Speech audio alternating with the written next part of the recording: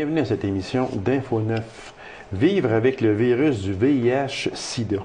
Comment on vit avec ce virus? Est-ce qu'on doit en parler? J'en discute avec une intervenante auprès de ces personnes, Madame Brigitte Laliberté.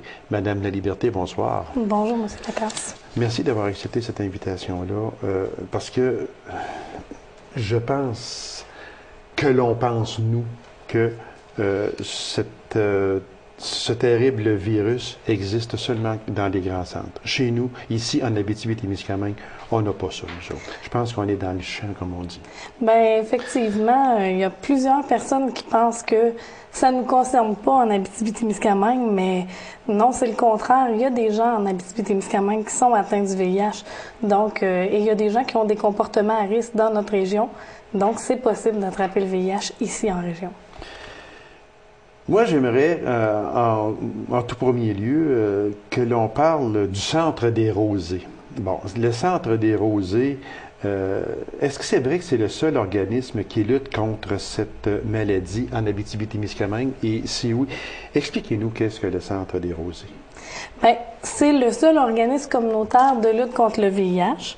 On a bien sûr des partenaires qui travaillent aussi à la lutte, mais c'est vraiment le seul organisme. On est un organisme communautaire régional.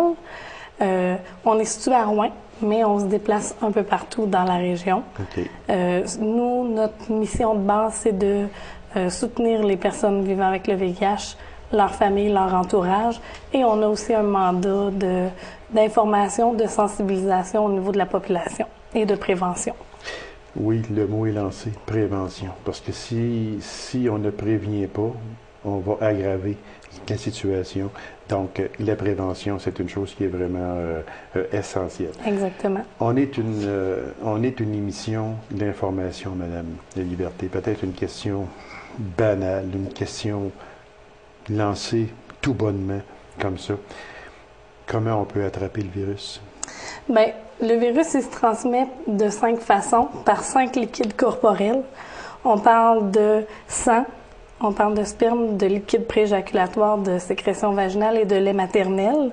Donc, il faut avoir des comportements à risque qui nous mettent en contact avec ces liquides-là. Donc, on parle de relations sexuelles non protégées, que ce soit hétérosexuel, homosexuel, ça n'a pas d'importance.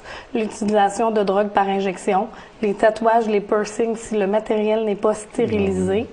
Et puis, d'une mère infectée à son enfant, si la mère ne prend pas un traitement pendant la grossesse. Ah oui? Oui, elle peut transmettre à son enfant.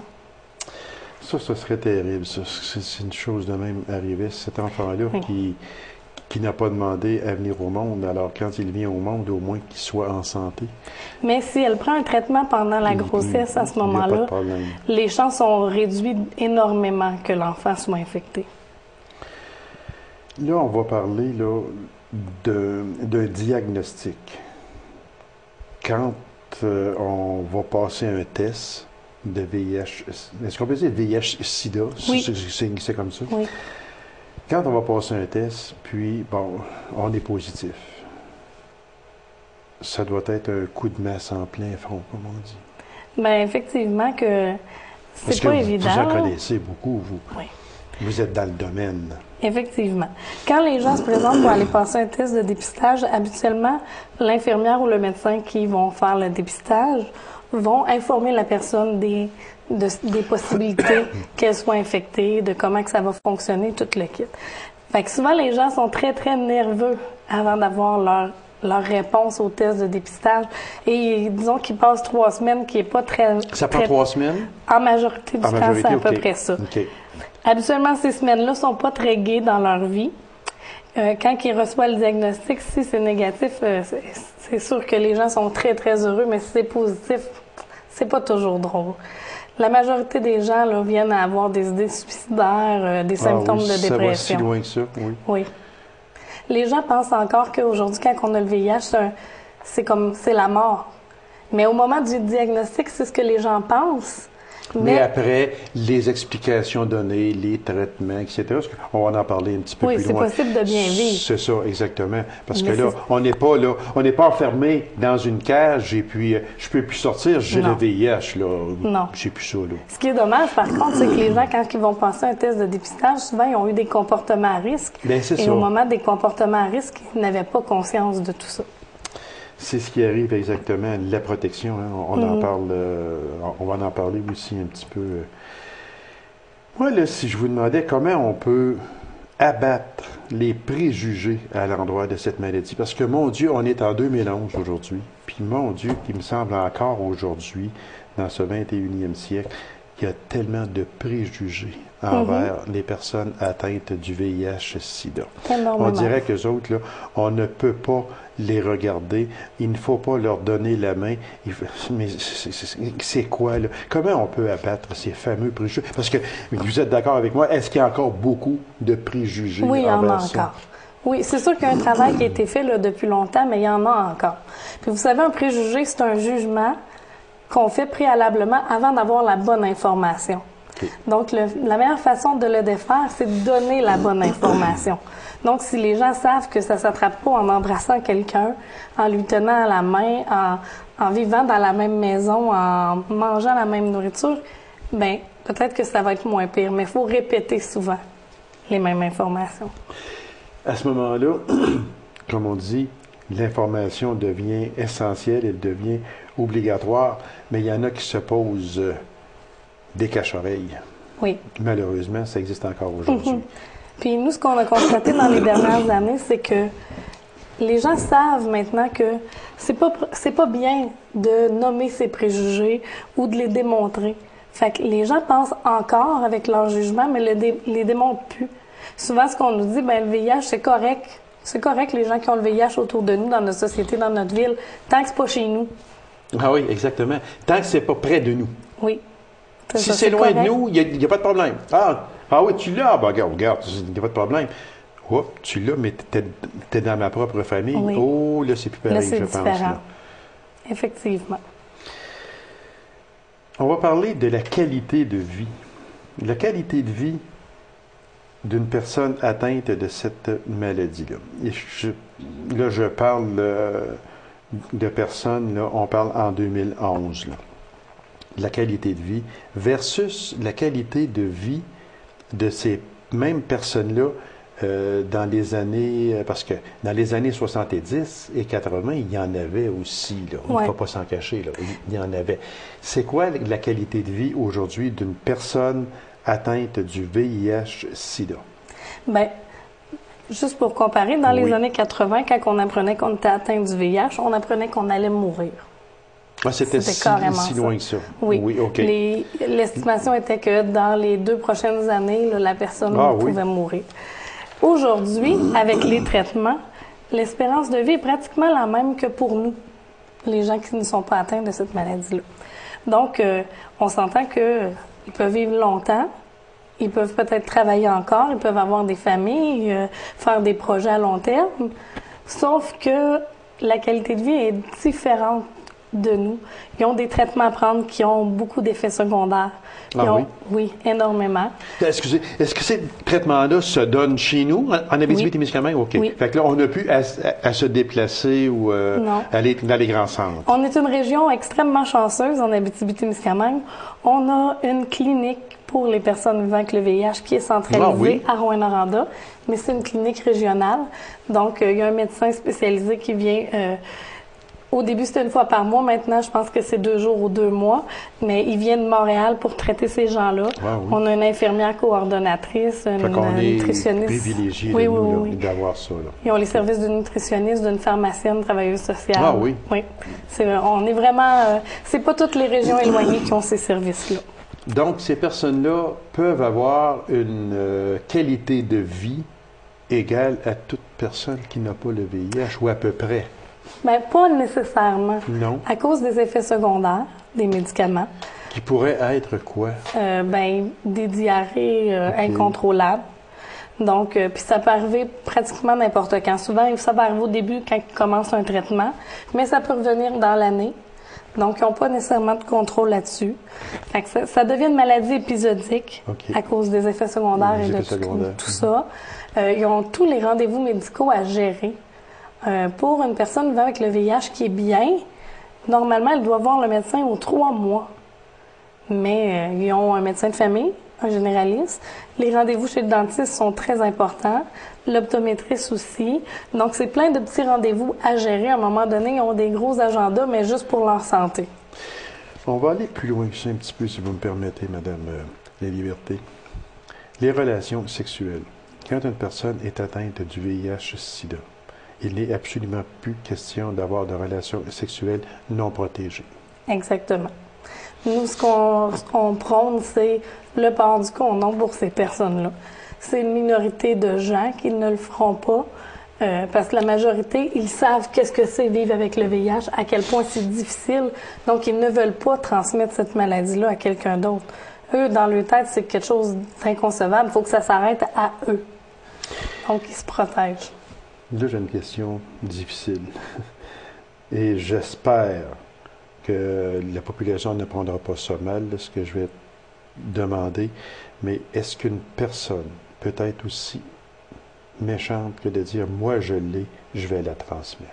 J'espère que non. Ça, c'est déjà vu. Ça, c'est déjà vu. Oui, mais c'est vraiment, je vous dirais, c'est une minorité. Sauf que ces cas-là, c'est ceux qu'on voit dans les médias, aux nouvelles régionales, provinciales, nationales.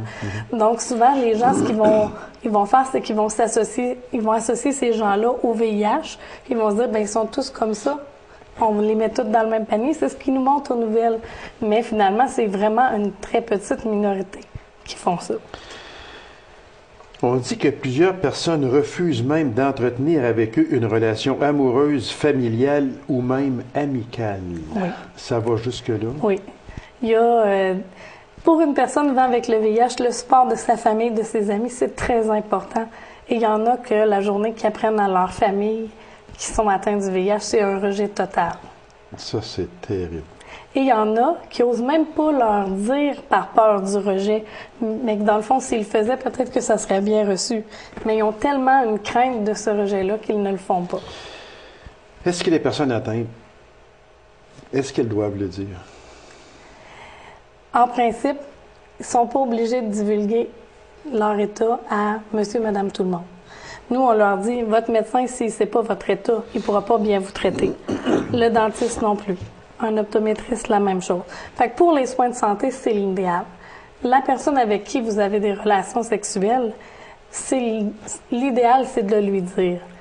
Mais en principe, il n'y a pas d'obligation.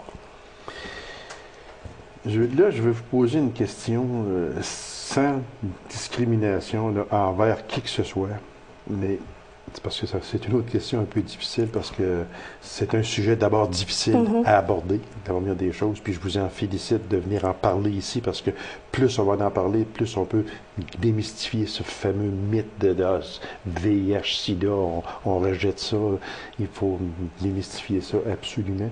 C'est une question difficile, oui, mais est-ce qu'il y a plus de gays et lesbiennes que d'hétéros qui ont ce virus? C'est difficile à dire. En région, là, moi, je vous dirais que non. C'est pas mal monsieur, madame, tout le monde. Okay.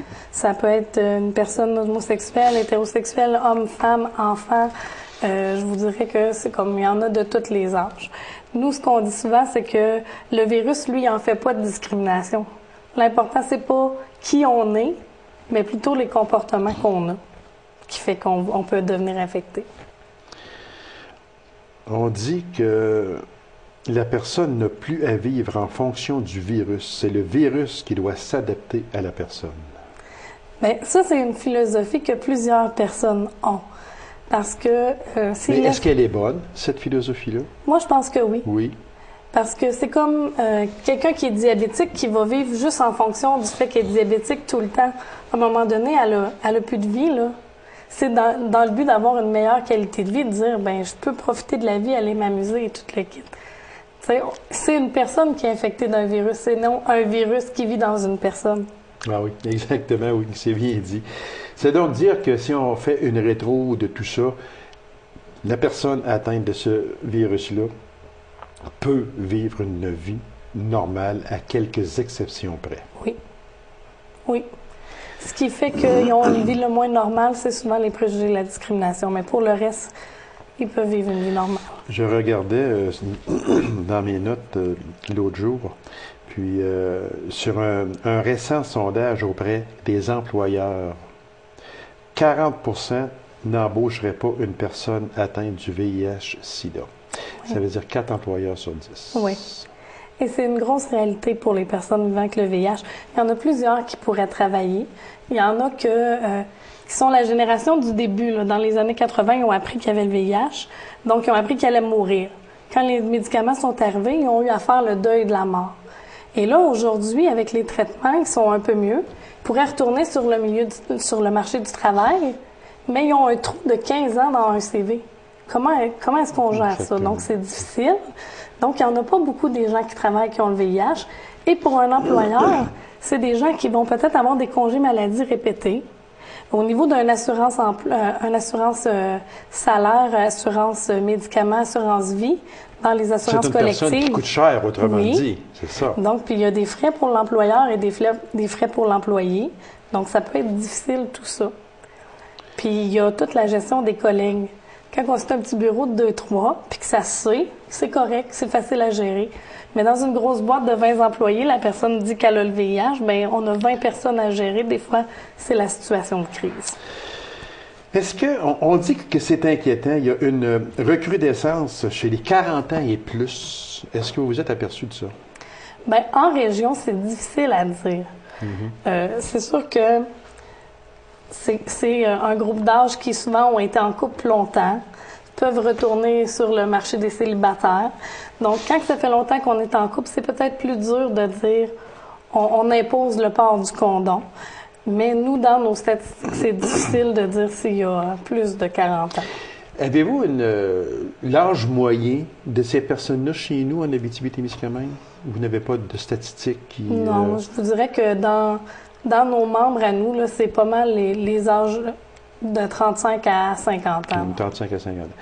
Une personne qui nous écoute, qui voudrait avoir plus de renseignements, qui voudrait vous parler, vous appeler ou entrer en communication avec vous, cette personne-là fait quoi? Bien, dans le bottin téléphonique, on est là au nom du Centre des Rosées. Centre des Rosées de l'Abitibi-Témiscamingue. Exactement. Okay. On est sur Internet, mais on a aussi une ligne sans frais pour tous les gens à travers la région. Ils ont juste à composer le 1-800-783-9002. 783-9002 dans le 1-800, OK. Oui. Et si les gens ils peuvent communiquer par nous par courriel s'ils sont favorables avec Internet aussi. Madame Laliberté, merci infiniment de toutes ces explications-là. Puis continuez à jouer votre rôle que vous jouez si bien que ça. Ces personnes-là ont besoin de vous. Bien, merci beaucoup de l'invitation. Ça me fait plaisir, madame. Courte pause, mesdames et messieurs, et on vous revient immédiatement après. Restez.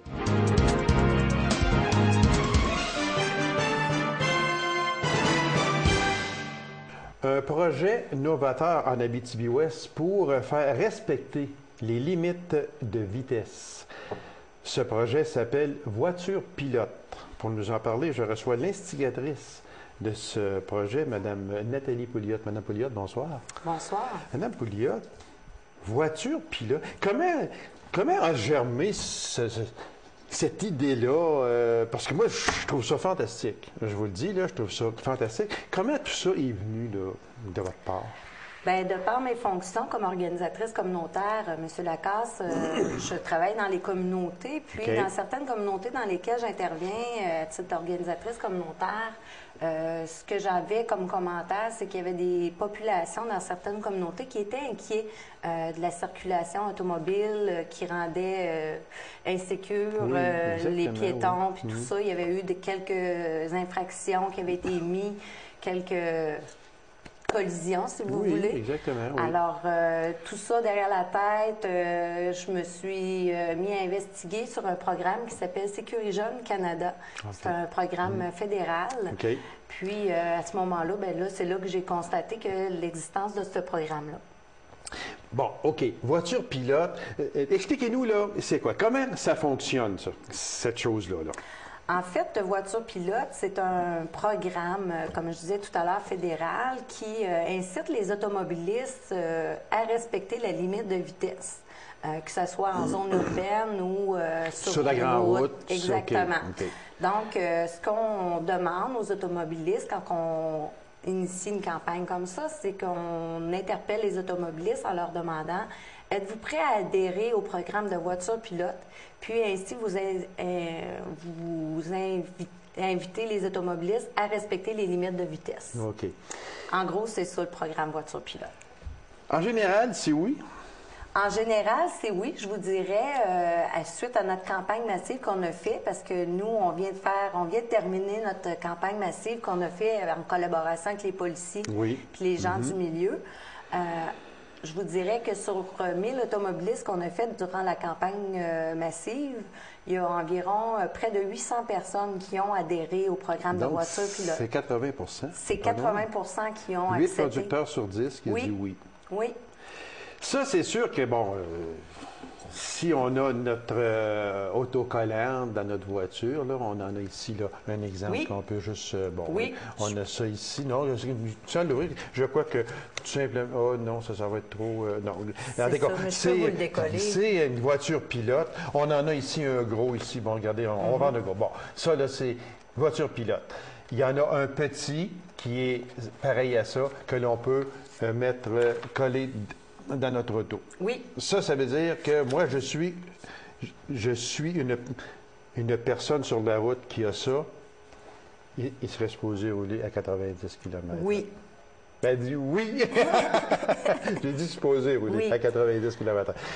C'est sûr que ça doit être quand même un petit peu difficile parce que quand à 90 km/h, en tout cas, j'ai rien contre ça. Là, je suis pour ça à 100%. Il n'y a pas de problème.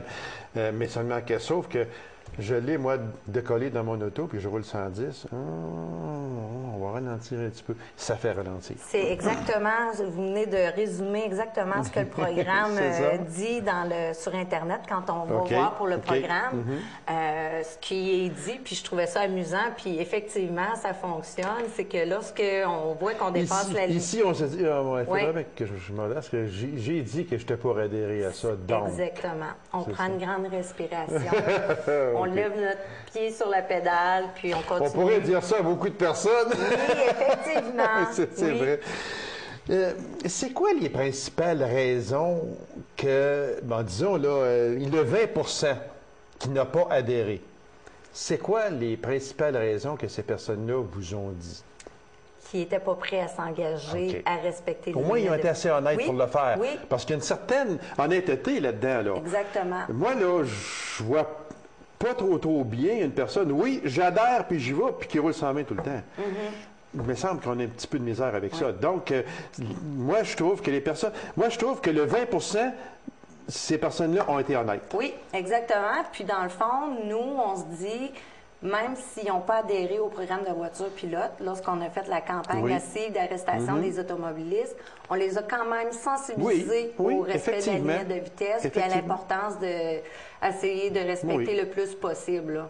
Parce qu'on n'a pas là, à s'en cacher et à dire, ouais, regarde, ces personnes-là, ce 20%-là, franchement, il y aurait pu... Non, parce que ces personnes-là ont été assez honnêtes de dire, non, moi, je suis pas prêt encore à ça. Moi, je dois vous avouer que je ne m'attendais pas à ce que ça réponde aussi positivement. Non, parce que je suis surpris du résultat. Oui. Est-ce que vous avez adhéré, vous? Ben oui, bien sûr. J'avais assez hâte de recevoir les collants. J'avais commencé à me mettre en pratique avant de recevoir les collants pour la campagne. C'est beau. Il va y avoir des affiches aussi. Hein? Je conduis la limite. Oui, bien effectivement. Ce qu'on a vu tout à l'heure, dans le fond, c'est les affiches qui vont être disponibles. On va faire une distribution massive également pour afficher dans les lieux publics. Ça, c'est les affiches. Puis également, parce qu'on a reçu une subvention de programme FedEx et Sécurigène Canada de 500 $. Donc, on a fait faire des affiches. Puis, on va faire des panneaux publicitaires également qu'on va apposer dans les municipalités où est-ce qu'on a fait les campagnes massives d'arrestation des automobilistes. Ces municipalités-là, ce sont lesquelles municipalités qui ont été ciblées là, pour, en début? Là?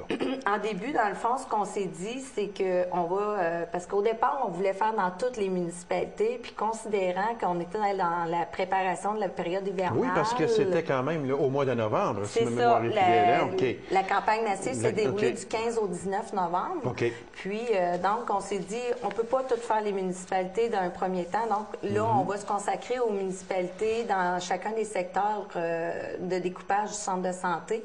Dans le secteur nord, ça s'est passé à Dupuis, en se disant que toutes les municipalités pouvaient passer par Dupuis. Oui. Macamic pour le secteur est. Palmarol pour le secteur sud.